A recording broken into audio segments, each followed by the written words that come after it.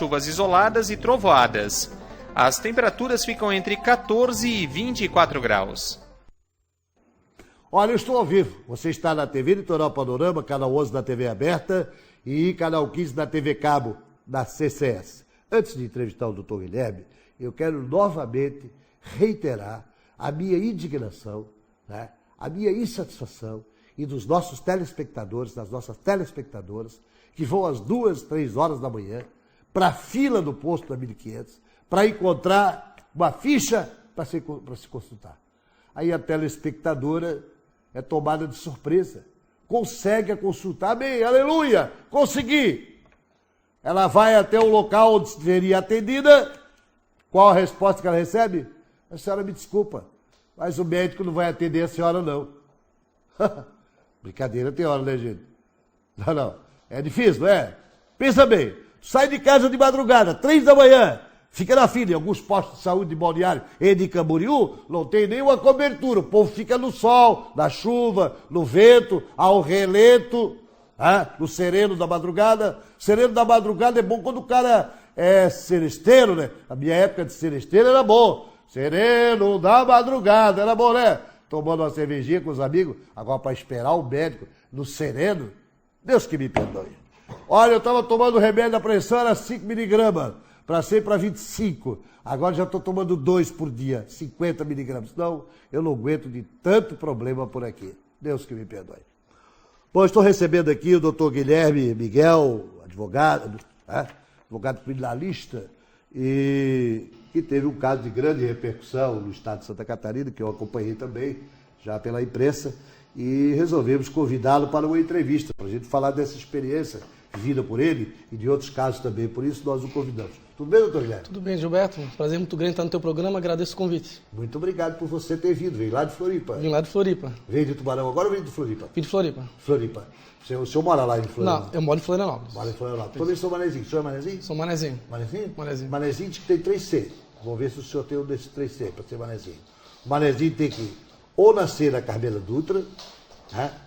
Ou nascer na outra maternidade que também é com C, ou nascer em casa. Eu nasci na Carmela Dutra. Eu também nasci na Carmela Dutra. Então é manezinho. Doutor Guilherme, só para a gente quebrar aqui o gelo aqui.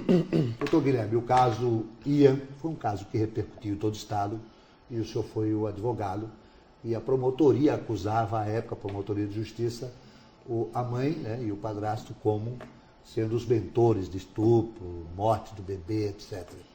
E o senhor conseguiu defender o casal.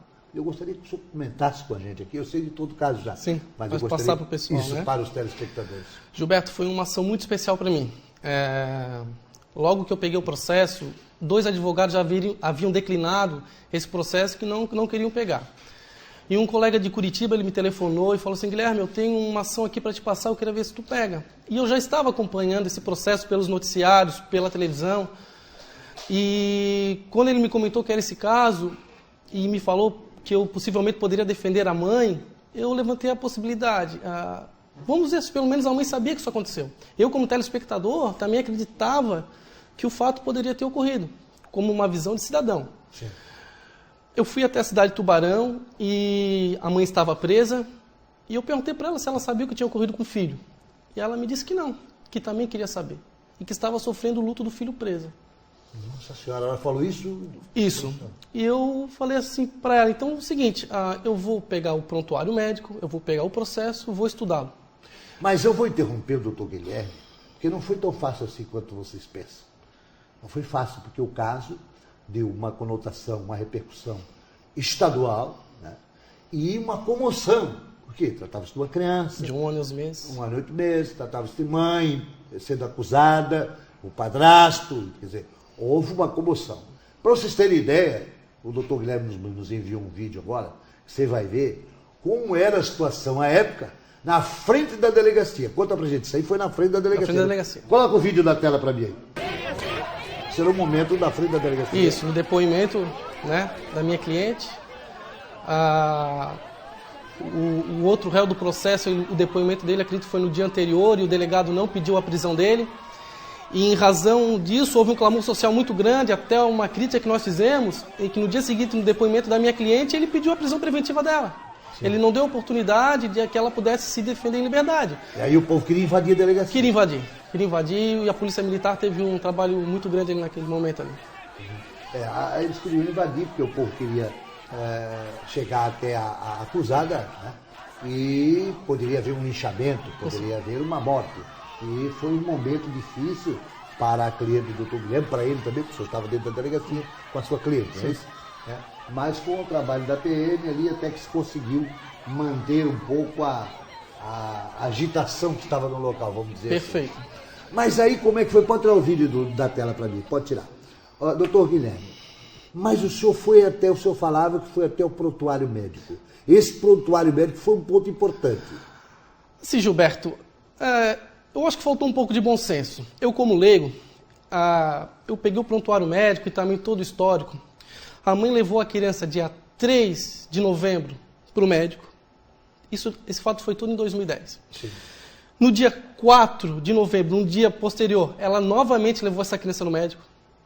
E todos esses exames, exame completo, não havia nada que apontasse lesão corporal, violência sexual.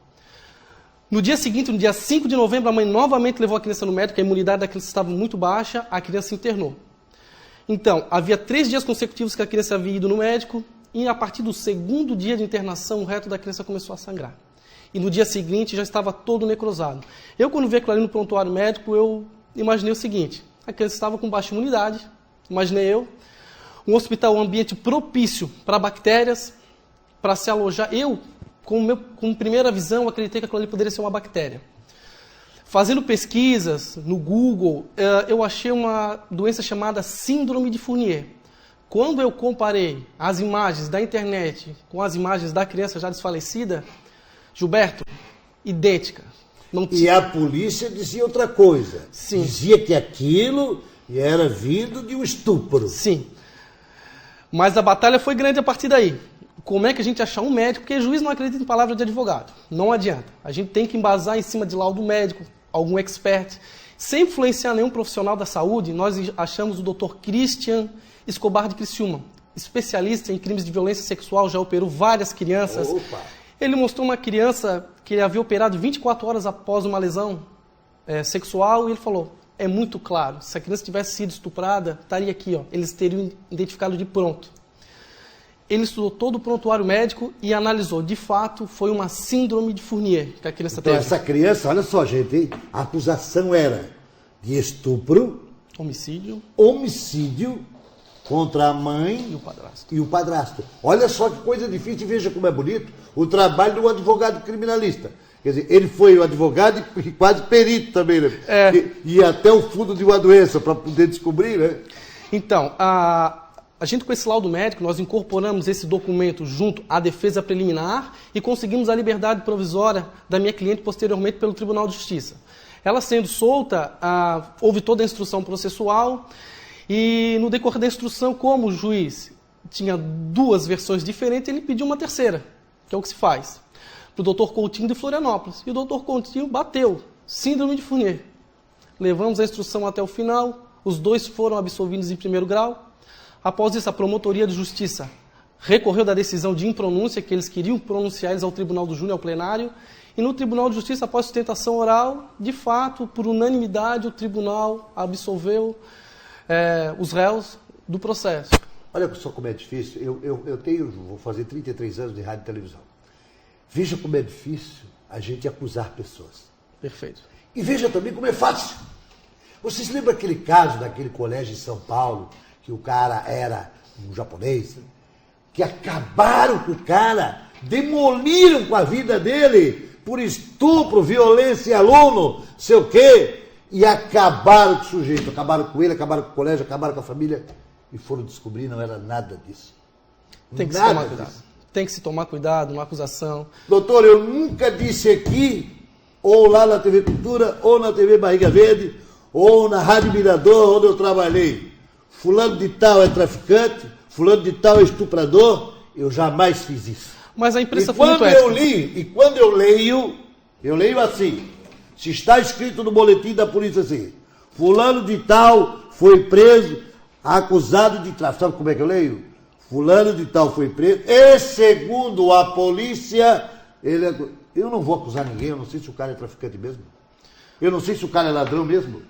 Olha o caso aqui. Um caso que virou comoção na cidade, no estado todo, porque quando o fato é mãe de um criminoso, criança, o negócio cria outra, dá uma comoção geral, né?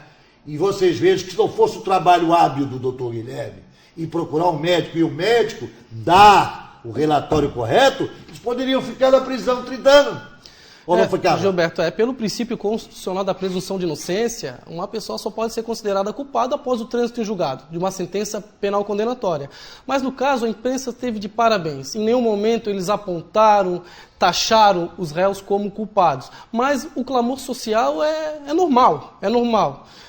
A população ter se revoltado na situação, porque se tratava de uma criança de 1 ano e 11 meses, mas, como cidadão, eu falo, deveriam erguer uma estátua daquela mãe na cidade, porque perder um filho, ser taxada, perdoe o termo chulo, de bandida, presa, depois de todas essas imagens aí, eles deviam erguer uma estátua naquela cidade.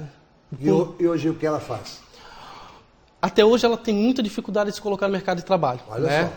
Ela tem muita dificuldade, ela virou minha amiga pessoal, posso te falar. Então, ela tem dificuldade, ela é psicóloga, ela não consegue ingressar no mercado de trabalho, ela já procurou outros caminhos, mas ela está até hoje com extrema dificuldade, né? Foi onde nos motivou a entrar com uma ação contra a Fazenda. Não que a gente ache que o Estado deve indenizar todas as pessoas que são absolvidas, sim, porque entendi. senão ia virar uma bagunça. Mas eu acho que o Estado ele deve analisar cada caso a caso.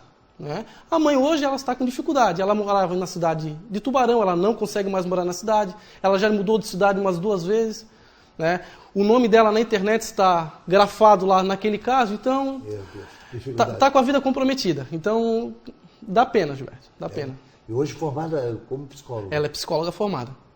Doutor, nós já estamos com 12 minutos de entrevista, eu tinha ideia de ficar falando com o senhor 10 minutos, mas o assunto me é importante, logo que chegou ao meu conhecimento, eu quis falar. O senhor, como advogado criminalista, que mensagem o senhor deixaria, né, nessa nossa entrevista, principalmente no caso dessa criança, né? Que o senhor já explicou tudo como é que foi. O que o senhor gostaria de dizer? Assim, em caso de repercussão, acho que a população, é claro que é algo cultural, tem que ser trabalhado. A população tem que tomar mais cuidado, né? Deu pena em ver aquela mãe sofrendo, sendo taxada de bandida, marginal, no Brasil, sendo inocente, no Brasil, Gilberto. a questão de alguns meses atrás, mataram uma mulher, lincharam uma mulher acusada de roubo, e ela não tinha roubado nada. Sim, até falando com outro réu do processo, ele estava foragido, ele falou assim, Guilherme, eu tive que fugir, por quê? Iriam me matar primeiro na prisão para depois provar minha inocência? Então, assim, o recado que eu deixo é que as pessoas tomem mais cautela com o que vem na televisão. Procurem apurar se realmente vai haver uma certeza na condenação. Porque depois o próprio cidadão pode ser vítima injustamente daqui a pouco de uma ação penal. E querer que o Estado realmente prove, né, a acusação, porque se o Estado começar a condenar pessoas com provas falhas, daqui a pouco eu e você poderemos estar lá dentro. Então a população tem que tomar mais cautela. Mas também não julgo, né? Não julgo porque realmente foi um caso de muita repercussão que envolvendo uma criança de 1 ano e 11 meses e realmente causou muita revolta. Eu vou terminar de dizer para o senhor que eu tenho uma filha de 37 anos, advogada formada no Brasil, Michele Todescato, advogada também dos Estados Unidos, trabalha num dos maiores escritórios de direito da cidade de Los Angeles, nos Estados Unidos, hoje poliglota, me orgulho de falar isso.